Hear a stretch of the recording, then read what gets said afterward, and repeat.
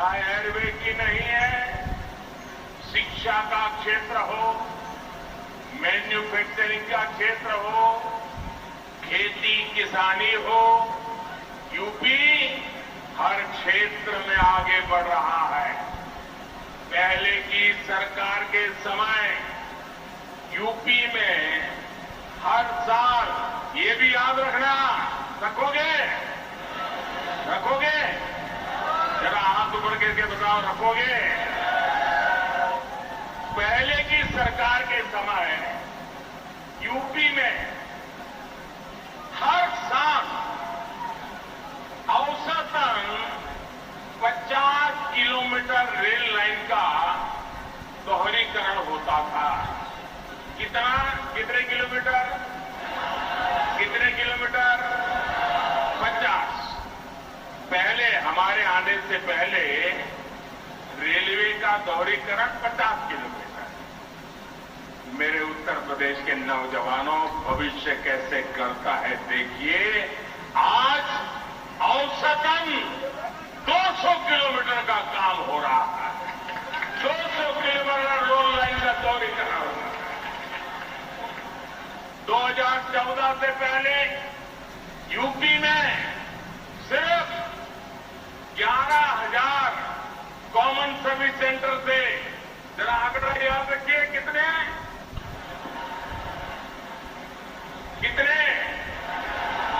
11,000।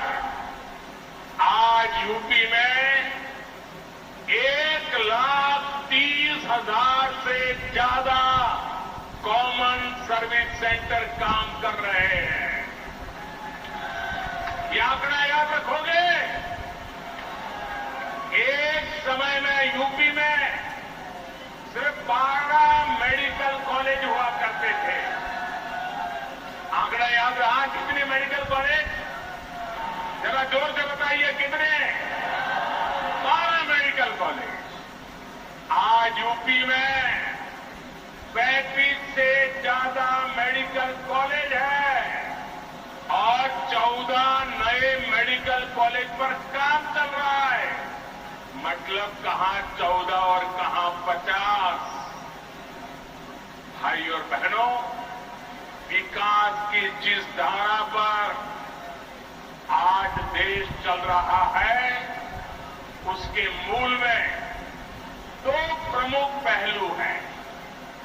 एक है इरादा और दूसरा है मर्यादा।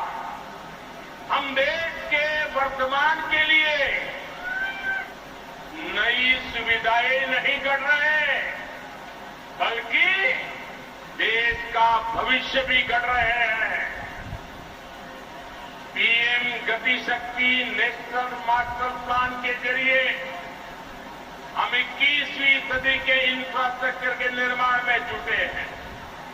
और साथियों, विकास के लिए हमारा सेवा भाव ऐसा है कि हम समय की मर्यादा को टूटने नहीं देते। हम समय की मर्यादा का पालन कैसे करते हैं, इसके अनगिनत उदाहरण हमारे इसी उत्तर प्रदेश में है। काशी में विश्वनाथ धाम के सुंदरीकरण का काम हमारी सरकार ने शुरू किया और हमारी ही सरकार ने इसे पूरा करके दिखाया। गोरखपुर एम्स का शिलान्यास भी हमारी सरकार ने किया और उसका लोकार्पण भी इसी सरकार में हुआ। दिल्ली मेरठ एक्सप्रेसवे का शिलान्यास भी हमारी सरकार ने किया और उसका लोकार्पण भी हमारी सरकार में हुआ। बुंदेलखंड एक्सप्रेस भी इसी का उदाहरण है। इसका काम अगले साल फरवरी में पूरा होना था, लेकिन ये 7-8 महीने पहले ही सेवा के लिए तैयार है मेरे दोस्त। और कोरोना की परिस्थितियों के बावजूद कितनी कठिनाइयां हैं, हर परिवार जानता है। इन कठिनाइयों के बीच में हमने इस काम को समय से पहले पूरा किया है। ऐसे ही काम से हर देशवासी को एहसास होता है कि जिस भावना से उसने अपना वोट दिया उसका सही मायने में सम्मान हो रहा है, सदुपयोग हो रहा है। मैं इसके लिए योगी जी और उनकी टीम को बधाई देता हूं। साथियों, जब मैं कोई रोड का उद्घाटन करता हूं, कोई अस्पताल का उद्घाटन करता हूं, कोई कारखाने का उद्घाटन करता हूं, तो मेरे दिल में एक ही भाव होता है कि मैं जिन मतदाताओं ने ये सरकार बनाई है उनको सम्मान देता हूं और देश के सभी मतदाताओं को सुविधा देता हूं। साथियों, आज पूरी दुनिया भारत को बहुत आशा से देख रही है।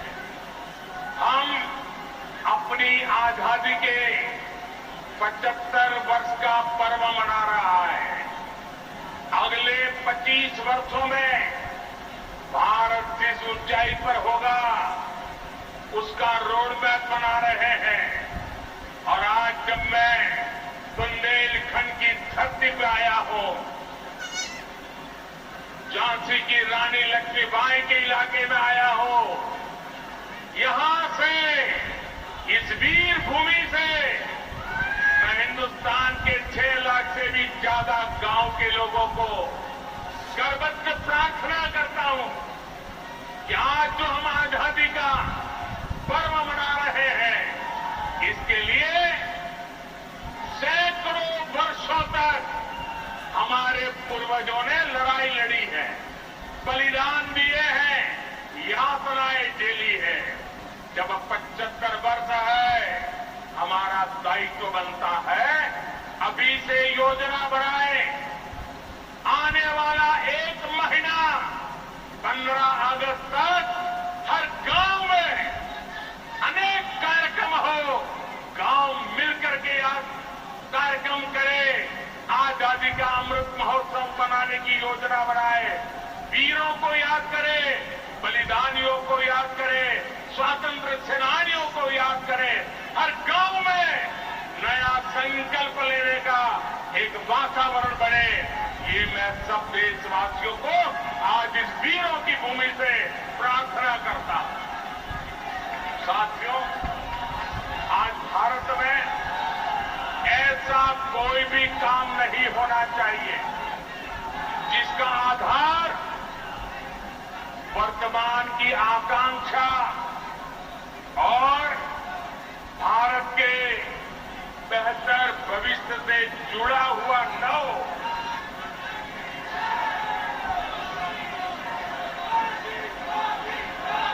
हम कोई भी फैसला लें, कोई भी निर्णय लें, कोई भी नीति बनाए, इसके पीछे सबसे बड़ी सोच यही होनी चाहिए कि इससे देश का विकास और तेज होगा। हर वो बात जिससे देश को नुकसान होता है, देश का विकास प्रभावित होता है, उससे हमें हमेशा हमेशा दूर रखना है। आजादी के 75 वर्षों बाद भारत को विकास का ये सबसे बेहतरीन मौका मिला है। हमें इस मौके को गंवाना नहीं है।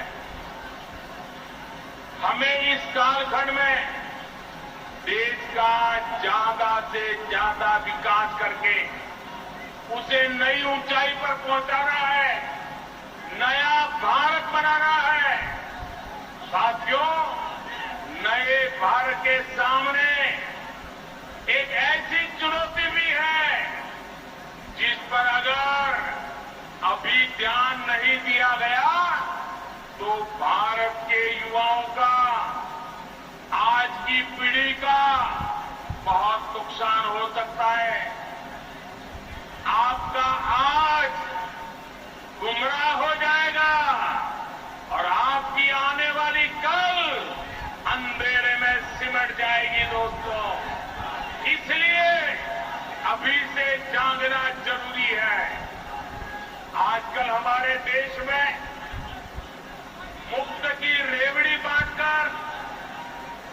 बटोरने का कल्चर लाने की भरसक कोशिश हो रही है। ये रेवड़ी कल्चर देश के विकास के लिए बहुत घातक है। इस रेवड़ी कल्चर से देश के लोगों को और खास करके मेरे युवाओं को बहुत सावधान रहने की जरूरत है। रेवड़ी कल्चर वाले कभी आपके लिए नए एक्सप्रेसवे नहीं बनाएंगे, नए एयरपोर्ट या डिफेंस कॉरिडोर नहीं बनवाएंगे। रेवड़ी कल्चर वालों को लगता है कि जनता जनार्दन को मुफ्त की रेवड़ी बांटकर उन्हें खरीद लेंगे। हमें मिलकर उनकी इस सोच को हराना है। रेवड़ी कल्चर को देश की राजनीति से हटाना है। साथियों, रेवड़ी कल्चर से अलग हम देश में रोड बनाकर, नए रेल रूट बनाकर लोगों की आकांक्षाओं को पूरा करने का काम कर रहे हैं। हम गरीबों के लिए करोड़ों पक्के घर बना रहे हैं। दशकों से अधूरी सिंचाई परियोजनाएं पूरी कर रहे हैं। छोटे बड़े अनेक डैम बना रहे हैं। नए नए बिजली के कारखाने लगवा रहे हैं ताकि गरीब का, किसान का जीवन आसान बने और मेरे देश के नौजवानों का आने वाला भविष्य अंधकार में डूब न जाए। साथियों, इस काम में मेहनत पड़ती है, दिन रात खटना पड़ता है, खुद को जनता की सेवा के लिए समर्पित करना होता है। मुझे खुशी है कि देश में जहां भी हमारी डबल इंजन की सरकार है, वो विकास के लिए इतनी मेहनत कर रही है। डबल इंजन की सरकार मुफ्त की रेवड़ी बांटने का शॉर्टकट नहीं अपना रही। डबल इंजन की सरकार मेहनत करके राज्य के भविष्य को बेहतर बनाने में जुटी है। और साथियों, आज मैं आपको एक और बात भी कहूंगा। देश का संतुलित विकास छोटे शहरों और गांवों में भी आधुनिक सुविधाओं का पहुंचना, ये काम भी एक प्रकार से सच्चे अर्थ में सामाजिक न्याय का काम है।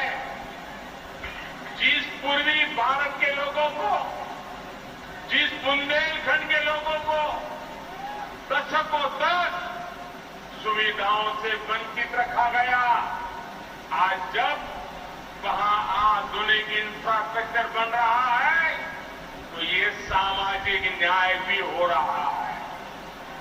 यूपी के जिन जिलों को पिछड़ा मानकर उन्हें अपने हाल पर छोड़ दिया गया था, वहां जब विकास हो रहा है तो ये भी एक तरह का सामाजिक न्याय है।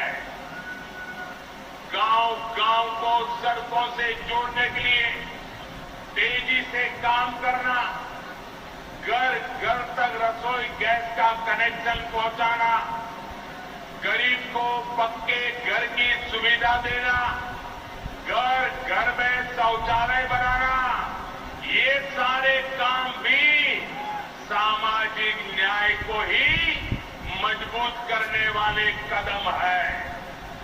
बुंदेलखंड के लोगों को भी हमारी सरकार के सामाजिक न्याय भरे कार्यों से बहुत लाभ हो रहा है।